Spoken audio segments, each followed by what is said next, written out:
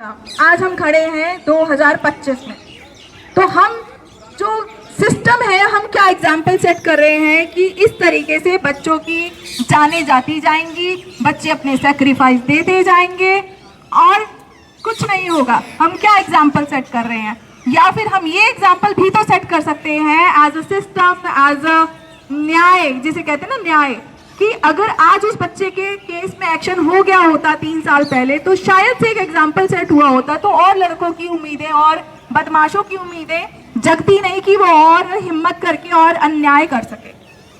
हमारे बीच में किंतन के फादर, पिताजी भी बैठे हैं जिन्होंने अपने 12 साल के बच्चे को खोया, और उस 12 साल के बच्चे के साथ छोटा सा बच्चा, प्यारा सा मासूम सा बच्चा वॉशरूम जाता है, उसके साथ सीनियर्स बुरी बुरी हरकतें करते हैं। मैं यहाँ शब्दों में बयान भी नहीं कर सकती कि जिस तरीके से उसको पीड़ित किया जाता है उस बच्चे को। और स्कूल सिस्टम ऐसा है कि स्कूल अपनी इमेज बचाता है, स्कूल बच्चों को नहीं बचाना चाहता है, क्योंकि उनका बिजनेस ठप हो जाता है। वो किसी भी ऐसे केस में स्ट्रांगली एक्शन नहीं लेते हैं जहाँ पे भी जो कि हमारे जुवेनाइल जस्टिस, हमारे माइनर के लिए इतने सारे बने हुए कानून, बट कानून को कितने आसानी से तोड़ा जा रहा है। उसका एग्जाम्पल ये केसेस एक केस नहीं है, अभी मिहिर का केस हुआ है हाल ही में कोलकाता से। उस बच्चे ने 26वीं फ्लोर से कूद के अपनी जान दी, और वो क्यों दी? क्योंकि वो बच्चा सांवला दिखता था और थोड़ा सा उसका कलर होठों का चेहरे से मिलता नहीं था। उस बच्चे ने 26वीं फ्लोर से कूद करके अपनी जान दे दी, क्योंकि उसको इतना बुरा फील कराया गया कि उसको लगा कि ये मरना ज़्यादा आसान है। सेम आरवी के साथ हुआ, मेरे बच्चे के साथ, सेम इस किंतन के साथ हुआ। किंतन के पिताजी, परिवार, दादाजी, दादी जी, सब यहाँ परिवार आज साथ बैठे हैं। मैं ऐसे केसेस की लिस्ट आपको बता सकती हूँ जो आए दिन बढ़ते जा रहे हैं। तो अगर इस तरीके से न्याय होगा, 3-3 साल ट्रायल में चल रहे हैं, मुझे 6-6 महीने की डेट्स मिल रही हैं कोर्ट में, तो मैं क्या उम्मीद रखूं अपने सिस्टम से, इस भारत से, इस समाज से? मैं क्या उम्मीद रखूं? आज ये मेरे साथ है, कल भगवान न करे किसी और माँ के साथ हो, तो हम क्यों नहीं साथ खड़े होते? हम क्यों आसानी से इसको इग्नोर कर देते हैं कि हाँ ये तो उसका मैटर है, वो तो ऐसा था इसलिए हो गया होगा।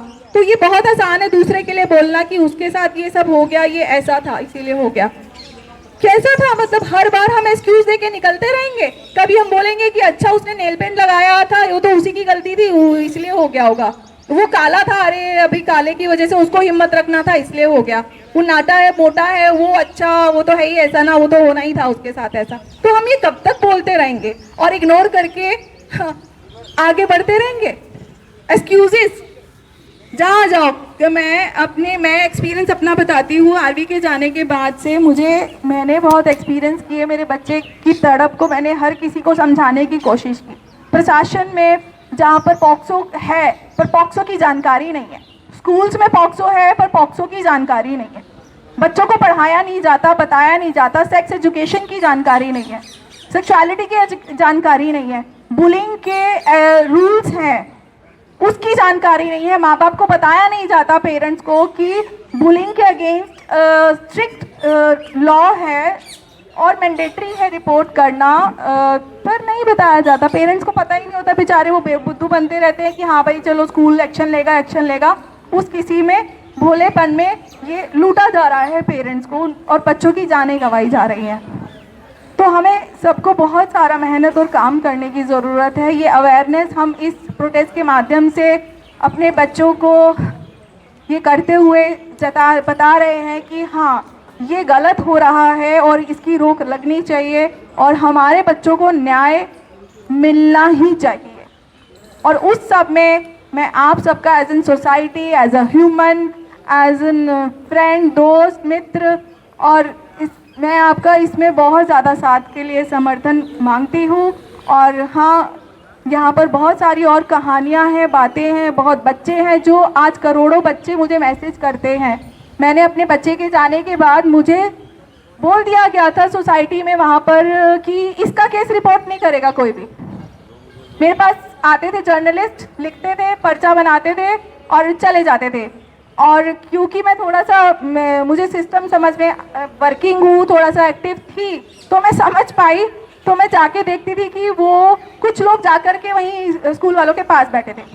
तो मैंने कई चीज़ें ऐसी आंखों देखी जो कि सुना करते थे हम, मूवी में देखा करते थे, वो रियलिटी में मैंने देखना, एक्सपीरियंस करना शुरू किया।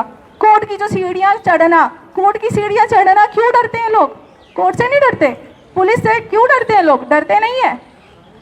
प्रॉब्लम ये है कि वहाँ जाने से हो नहीं रहा है कुछ, वो डर नहीं है, वो एक हरासमेंट है जो कि एक विक्टिम फैमिली को इतना हरासमेंट बर्दाश्त करना पड़ता है। एक तो उनका ज़िंदगी का कहते हैं ना सब कुछ चला गया, उसके बाद सबसे ज़्यादा सफ़र करता है तो वो सिर्फ विक्टिम ही करता है।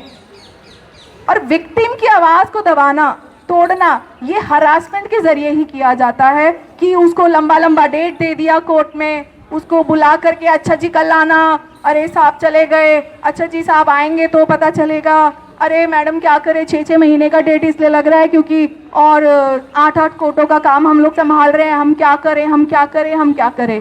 क्या खुद का बच्चा होता, या मैं कहती हूँ किसी बड़े मंत्री मिनिस्टर का बच्चा होता या किसी और का बच्चा होता, तो क्या आज इसी तरीके से न्याय की मांग के लिए हम माओ को, हम माँ बाप को, हम पिता को, हम बच्चों को सड़कों पे प्रोटेस्ट करने की ज़रूरत पड़ती, मांगने की ज़रूरत पड़ती? क्यों नहीं इस चीज़ को अपना समझ के डील किया जाता कि ये हम सबकी तकलीफ़ है, हम एज ए सोसाइटी की तकलीफ़ है। बहुत रंग बदलते देखे लोगों के, समाज के, बहुत अन्याय है ये। तो आज मैं थोड़ा सा, अगर मैं एजुकेशन में थी, मैं एडुकेटर थी, तो मुझे थोड़ा सा मैं को समझ आती थी चीज़ें। मैं ये देखती हूँ जो परिवार नहीं पढ़े लिखे वो क्यों भाग जाते हैं कि नहीं नहीं हमें नहीं लड़ना, हम तो घर ही अच्छे हैं। इसीलिए क्योंकि इसी तरीके के हरासमेंट किया जाता है, बहुत बेवकूफ़ बनाया जाता है हर जगह, हर जगह।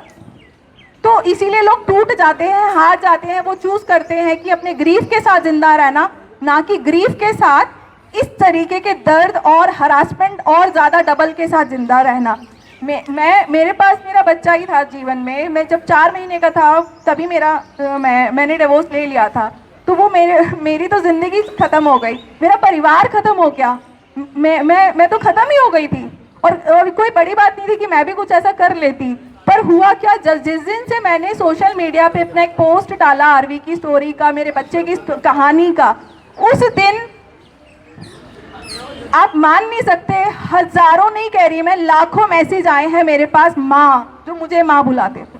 और उन्हें सिर्फ ये फील किया कि ये कहानी सिर्फ आपके या आपके बच्चे की नहीं है, ये कहानी हम सब की है, हम सबके साथ ये होता आ रहा है और होता भी आएगा। अगर आप भी चुप बैठ गए तो हमारे माँ बाप हिम्मत नहीं कर पाए या हम आगे नहीं बढ़ पाए फलाना कारण से, तो माँ आप अगर ये लड़ रहे हो, अगर आपको न्याय मिलता है, अगर आरवी को न्याय मिलता है, तो ये न्याय हम सबका होगा।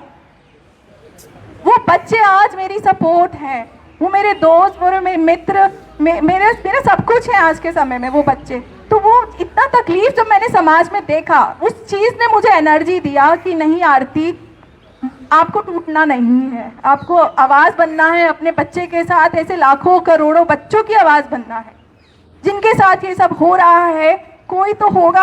अब मेरे तो जीवन का पर्पस ही यही हो गया है, क्योंकि मैं ये करती हूँ तो मुझे भी हीलिंग होता है और मैं बहुत दुखी होती हूँ जब मैं नई नई कहानियाँ देखती हूँ। मैं चाहती हूँ मुझे मेरे साथ बैठे प्रधानमंत्री जी, बैठे मोदी जी को मैं बोलती हूँ आप आइए, आप मुझे मौका दीजिए, मैं आपको दर्द दिखाऊंगी इस समाज का, इस दुनिया का, इन बच्चों का तकलीफ। आप इस माँ के जरिए, मैं एक नहीं हूँ, मैं यहाँ खड़ी हूँ ना, तो मैं यहाँ सोचिए आप 5 करोड़ बच्चों की जगह पे मैं बोल रही हूँ यहाँ पर आज। वो सब बर्दाश्त कर रहे हैं। ये मोदी जी, मैं आपसे रिक्वेस्ट करती हूँ इस माँ को अपने पास बुलाइए और मैं आपको प्रूफ दूंगी। हर बच्चे का मैसेज लिखा हुआ है, वो कितना पीड़ित है, स्कूल में उसको कितना दर्द दिया जाता है। मैं पीएमओ से बोलती हूँ, मैं चीफ जस्टिस ऑफ इंडिया से बोलती हूँ, मैं सीएम से बोलती हूँ, मैं होम मिनिस्टर से बोलती हूँ, मैं यहाँ हर बड़े से बड़े अधिकारी जो अपने आप को बड़ा कहते हैं, तो प्लीज कुछ बड़ा ही करके दिखाइए ना। इन बच्चों की आवाज सुनिए, आप इस माँ के साथ इन बच्चों की आवाज बनिए। आपकी आवाज दब गई तो ये समाज में अन्याय को और ज्यादा बढ़ावा मिलेगा और आए दिन केस बढ़ते जा रहे हैं। मैंने ग्राफ दिया है, मैं पर्चा में सब कुछ लिखा है, कोशिश किया है अपना मन डालने का, पर बहुत कुछ मैं और करना चाहती हूँ। अपने बच्चे के साथ बहुत सारे बच्चों का न्याय लाना चाहती हूँ। मेरे और साथी जुड़े हैं, इसमें जितने परिवार जुड़ सकते हैं आप प्लीज आइए आगे और साथ दीजिए। हमें इन सब बच्चों को न्याय दिलाने की बहुत ज़्यादा ज़रूरत है। और शुक्रिया आप सबका यहाँ आने का। मैं अपने कुछ मेरे दो साथी बच्चे जो यहाँ आए हैं, अभी तो मैंने ही सिर्फ अपनी बात भी आप बीती जो थोड़ी बहुत बता पाई मैं, क्योंकि मैं अभी बहुत ज़्यादा आरवी के इंसिडेंट्स को ब्रीफ नहीं कर रही हूँ, क्योंकि मैं इमोशनल नहीं होना चाहती, क्योंकि मैं हर बार हर दिन हर रोज़ बहुत कोशिश किया है मैंने मीडिया में हर जगह बात करके इस मैसेज को देने का कि अवेयरनेस फैले, कि ऐसा दोबारा रिपीट ना हो। अवेयरनेस इसीलिए फैलाने की ज़रूरत है कि ये कहानी किसी और की ना हो।